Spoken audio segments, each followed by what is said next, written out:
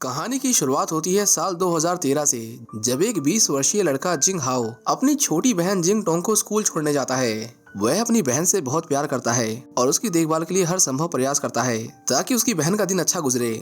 लेकिन आज जिंग हाओ के चेहरे पर मुस्कान के पीछे छिपी चिंता उसे परेशान कर रही थी। जिंग हाओ स्कूल से निकलकर सीधा अस्पताल पहुंचा, जहां डॉक्टर ने उसे बताया कि उसकी बहन को दिल की एक गंभीर बीमारी है। डॉक्टर ने कहा, तुम्हारी बहन की स्थिति गंभीर है, हमें जल्द से जल्द उसका ऑपरेशन करना होगा, इससे पहले कि वह 8 साल की हो जाए। उसके पास ज्यादा समय नहीं है, इसलिए जितना जल्दी हो सके ऑपरेशन के लिए पैसे इकट्ठा करो। ये सुनकर जिंग हाओ का दिल धड़कने लगा।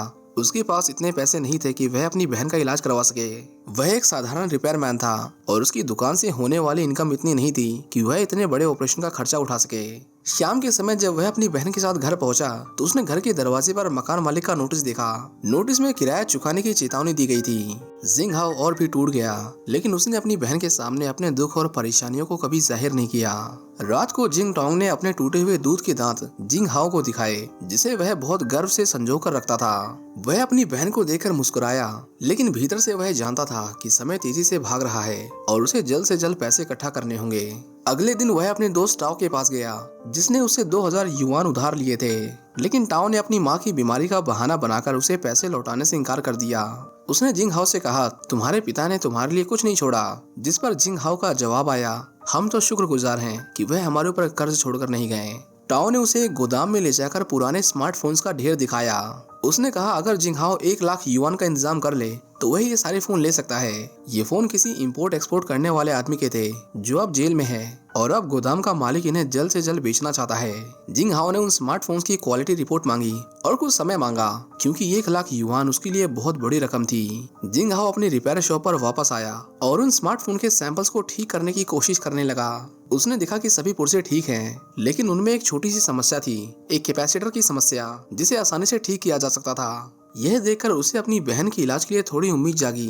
अगर वह इन फोन्स को ठीक कर सके तो वह उन्हें अच्छे दाम पर बेच सकता है और अपनी बहन के ऑपरेशन के लिए पैसे इकट्ठा कर सकता है। जिंग हाओ एक आदमी के पास गया जो उसे कर्ज दे सकता था। उसने 50,000 युआन का कर्ज लिया, जो उसके जीवन का सबसे बड़ा जोखिम था। इसके बाद वह एक स्मार्टफोन डीलर के पास गया। क्योंकि वह खुद एक फोन रिपेयर करने वाला था, इसलिए उसके पास कई ऐसे कॉन्टैक्ट्स थे जो उसे उन फोन्स को बेचने में मदद कर सकते हैं। उसने डीलर को हाफ मार्केट प्राइस पर स्मार्टफोन बेचने की पेशकश की, जो डीलर के लिए भी एक बहुत अच्छा सौदा था। इसलिए डीलर ने तुरंत उसके प्रस्ताव को स्वीकार कर लिया। जिंग हाओ की कैलकुलेशन के अकॉर्डिंग वह इन पुराने स्मार्टफोन से 9 लाख युआन से भी अधिक पैसे कमा सकता था। यह पैसा उसकी बहन की ऑपरेशन के लिए पर्याप्त होता। हालांकि यह सफर जोखिमों से भरा हुआ था और जिंग हाओ को अपनी मेहनत और डेडिकेशन के दम पर इस चुनौती से पार पाना था। वह दिन रात काम करने लगा, लेकिन भाग्य को शायद कुछ और ही मंजूर था। 2 हफ्ते बाद जिंग हाओ को खबर मिली कि स्थानीय प्रशासन ने नकली और रिफर्बिश्ड मोबाइल के खिलाफ अभियान शुरू किया है। वह उस मोबाइल डीलर के पास गया, जहां जाकर उसे पता चला कि रिफर्बिश्ड बिजनेस अब कानूनन अवैध है और 2 डीलरों को पहले ही गिरफ्तार किया जा चुका है। जिंग हाओ के पास हजारों पुराने फोन थे, लेकिन अब वो किसी काम के नहीं थे। वह ना तो उन्हें बेच सकता था और ना ही उनका कोई उपयोग कर सकता था। उसकी सारी उम्मीदें टूट गई थीं और अब उसे मकान मालिक का सामना करना था, जो किराए के पैसे मांग रहा है। रात को जिंग हाओ अपनी बहन के पास बैठकर सोच रहा था कि क्या किया जाए कि तभी उसके दिमाग में एक आइडिया आया। अगले ही दिन वह उस कंपनी के मेन ऑफिस में गया जिसने उन स्मार्टफोन्स को मैन्युफैक्चर किया था। वहाँ उसकी मुलाकात मिस्टर ली से हुई, जो कंपनी का जनरल मैनेजर था। जिंग ने कहा, मेरे पास आपके बहुत से स्मार्टफोन हैं, मैं उनके पार्ट्स आपको बेच सकता हूँ और आप इन्हें रिफर्बिशमेंट में इस्तेमाल कर सकते हैं। लेकिन मिस्टर ली ने कहा, हम तुम्हारे जैसे रिपेयरमैन के साथ कोई डील नहीं कर सकते, क्योंकि तुम्हारे पार्ट्स हमारे क्वालिटी टेस्ट में पास नहीं होंगे। जिंग हाओ के लिए यह एक और झटका था, लेकिन उसने हिम्मत नहीं हारी। उसने ठान लिया कि वह खुद इन स्मार्टफोन के पुर्जों को निकालकर उनकी गुणवत्ता को सुनिश्चित करेगा। उसने एक एक करके कैमरा, मदरबोर्ड, बैटरी और अन्य महत्वपूर्ण कंपोनेंट्स को सावधानी पूर्वक निकालना शुरू किया। वह चाहता था कि उसका हर पुर्जा क्वालिटी टेस्ट में सफल हो। इसी बीच उधार देने वाला आदमी अपने पैसे वापस मांगने आया, लेकिन जिंग हाओ ने उससे बस 1 हफ्ते का समय मांगा। अगले कुछ दिनों तक जिंग ने कड़ी मेहनत की। वह हर एक पुर्जे को इतनी बारीकी से निकाल रहा था कि कोई भी गलती ना हो। जब 1 हफ्ता पूरा हुआ तो वह फिर से मिस्टर ली के पास गया। उसने उसे क्वालिटी रिपोर्ट दिखाई और कहा, मैंने सारे पुर्जों को क्वालिटी टेस्ट में पास करवा लिया है। ली ने उसे अनदेखा करने की कोशिश की, लेकिन तभी कंपनी के असली मालिक झाओ जिनजांग वहां से गुजरे। जिंग ने अपनी पूरी कोशिश की कि वह उनसे मिल सके, लेकिन झाओ जल्दी में थे, क्योंकि उन्हें अपनी ट्रेन पकड़नी थी और वो अब अगले महीने ही यहाँ वापस लौटेंगे। जिंग हाओ एक महीने तक इंतजार नहीं कर सकता था। वह तुरंत अपने स्कूटर पर चढ़कर ट्रेन स्टेशन की ओर दौड़ा। उसकी तेज रफ्तार ने एक दुर्घटना को न्योता दिया, लेकिन वह किसी तरह उठ खड़ा हुआ और ट्रेन में सवार हो गया जिसमें जाओ यात्रा कर रहे थे। मिस्टर ली जिंग को देखकर घबरा गया, लेकिन जाओ उसकी हिम्मत से प्रभावित हुए। उन्होंने जिंग को एक मौका देने का फैसला किया, लेकिन एक शर्त पर कि उसे कोई एडवांस पेमेंट या मदद नहीं मिलेगी। ना ही वे वर्कर्स देंगे और ना ही काम करने की फैक्ट्री। जिंग को अपने दम पर सब कुछ करना होगा और अगर वह क्वालिटी टेस्ट में असफल हुआ तो उसे एक पैसा नहीं मिलेगा। जिंग हाओ स्टेशन से उम्मीद के साथ लौटा, लेकिन एक डर भी था। जब वह घर पहुंचा तो उसकी बहन ने उसकी चोटों को देखा। उसने जिंग से कहा कि अगली बार इतनी तेजी से स्कूटर ना चलाए। अगले दिन जिंग ने मिस्टर लियांग से मिलने की कोशिश की, जो एक पुराने टेक्नीशियन थे। पहले तो लियांग ने मना कर दिया, लेकिन जिंग ने किसी तरह उन्हें मना लिया। उसने अपनी दुकान बेचकर कर्ज चुका दिया ताकि उसे काम करने के लिए थोड़ा और समय मिल सके। जिंग ने खिड़की साफ करने वाले की नौकरी शुरू की ताकि वह अपने परिवार को चला सके। इसके बाद जिंग और लियांग ने एक पुराना गैराज किराए पर लिया और उसे एक छोटा सा कारखाना बना दिया। अब उन्हें मजदूरों की जरूरत थी। उन्होंने कई लोगों को काम पर रखा। उनमें से कुछ थे एक लड़की जो बिना सुनने वाले डिवाइस के सुन नहीं सकती थी, एक पेशेवर बॉक्सर जिसने अपने बॉस को घूंसा मारा था, कुछ ऐसे लोग जो सिर्फ साइबर कैफे में गेम खेलने में समय बर्बाद करते थे, एक बूढ़ा आदमी जो कभी एक घड़ी की फैक्ट्री में काम किया करता था। उसने गलती से सारे पुर्जों को खराब कर दिया, जिससे एक पूरा यूनिट बर्बाद हो गया। जिंग के सामने कई मुश्किलें थीं। उसे नए लोगों को सिखाना था कि कैसे स्मार्टफोन के नाजुक पुर्जों को सही तरह से निकाला जाए। कई दिनों की कड़ी मेहनत और संघर्ष के बाद वह अपने मजदूरों को काम सिखाने में सफल रहा। एक एक करके सब कुछ व्यवस्थित हो गया। उसके गैराज के बाहर स्मार्टफोन्स का ढेर लग चुका था। एक दिन एक व्यक्ति उससे मिलने आया, जिसने जिंग को एक अवैध व्यापार का प्रस्ताव दिया, जिसे जिंग ने साफ मना कर दिया। लेकिन समस्याएं यहीं खत्म नहीं हुई थीं। उसका एक कर्मचारी जहांग चाओ उसकी सैलरी में कटौती से नाखुश था। जिंग ने उसे समझाया कि उसने जितने घंटे काम किए हैं उसके अनुसार ही उसे वेतन दिया गया, लेकिन जंग इसे स्वीकार नहीं कर पाया और उसने फैक्ट्री छोड़ दी। जिंग उसे खोना नहीं चाहता था, इसीलिए उसने अपनी जेब से पैसे देकर उसे वापस लाने की कोशिश की, पर इससे उसकी अपनी आर्थिक स्थिति और भी कमजोर हो गई और अब उसके पास खुद के लिए भी पैसे नहीं बचे थे। एक व्यस्त दिन के दौरान फैक्ट्री की एक और कर्मचारी अपने ब्रेक में एक एजेंट से बात कर रही थी। उनका आपसी विवाद इस हद तक बढ़ गया कि उस एजेंट ने वांग को जोर से थप्पड़ मारा। वांग की सुनने की शक्ति पहले से ही कमजोर थी और उसने एक सुनने की मशीन हाल ही में खरीदी थी, जो इस थप्पड़ से टूट गई। जिंग यह देख नहीं सका और उसने गुस्से में एजेंट को मार दिया। इसके बाद जिंग और उसके कर्मचारियों और उस एजेंट के लोगों के बीच झगड़ा शुरू हो गया, लेकिन जिंग के पास एक प्रोफेशनल बॉक्सर था जिसने उन लोगों को बुरी तरह पीटा।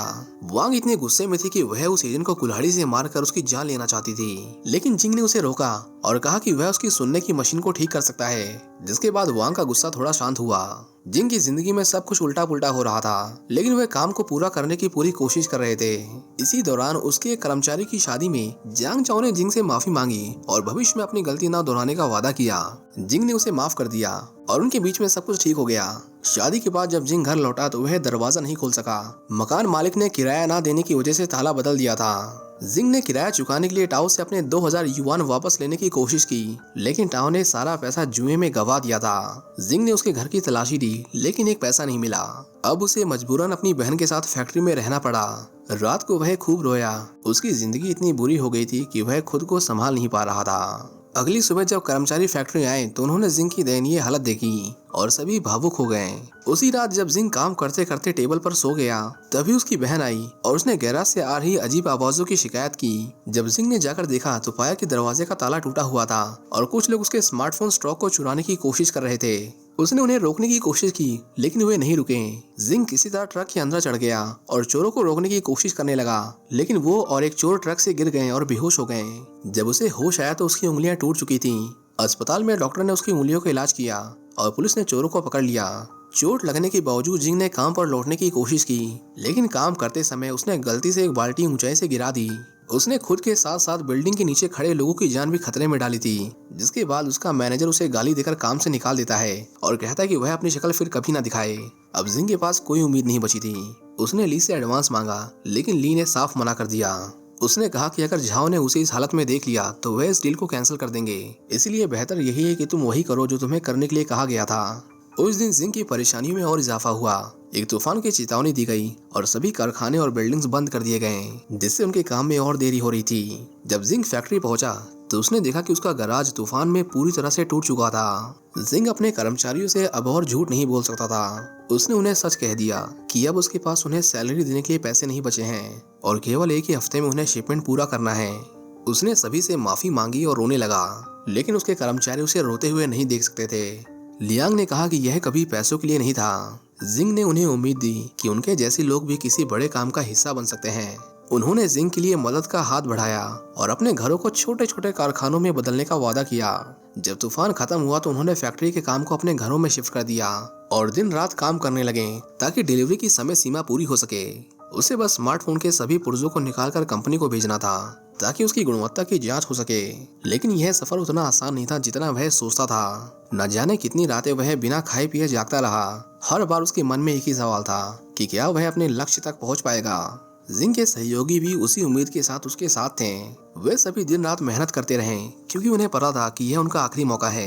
काम खत्म होने के बाद जिंग ने सभी पुर्जों को कंपनी में भेज दिया और सभी की धड़कनें तेज हो गईं, यह सोचते हुए कि रिजल्ट क्या होगा। अगले दिन जिंग अपने सभी सहकर्मियों के साथ कंपनी के ऑफिस पहुंचा, जहां एक रिसेप्शनिस्ट ने उसे बताया कि मिस्टर झाओ उससे मिलना चाहते हैं। जिंग ने डरते डरते ऑफिस में प्रवेश किया। उसके सहयोगी भी उसके साथ थे। मिस्टर झाओ ने उससे पूछा, ये लोग कौन हैं? जिस पर जिंग ने उन्हें गर्व से कहा कि ये सभी मेरे पार्टनर्स हैं। झाओ ने कहा, तुमने समय पर ऑर्डर डिलीवर किया है, जो आसान नहीं था। तुम्हें पता है कि हमारी शर्त के मुताबिक तुम्हें 85% से भी अधिक स्कोर करना होगा। यह सुनकर जिंग और उसके सहयोगियों का दिल तेजी से धड़कने लगा। कुछ सेकंड की चुप्पी के बाद झाओ ने कहा, तुम्हारे पुर्जों ने क्वालिटी टेस्ट में 87% स्कोर किया है। यह सुनते ही जिंग और उसके साथियों की आंखों में खुशी के आंसू भर आए। मिस्टर झाओ ने उन्हें बधाई दी और उनकी कड़ी मेहनत की सराहना की। लेकिन यह अंत नहीं था। झाओ ने जिंग को एक और बड़ा प्रोजेक्ट ऑफर किया। वह एक ग्रीन इंडस्ट्री चेन बनाने की योजना बना रहे थे और चाहते थे कि जिंग इसका हिस्सा बने। ये सुनकर जिंग की आंखों में आंसू आ गए। उसने कांपते हुए पूछा, क्या इस बार कोई एडवांस पेमेंट होगी?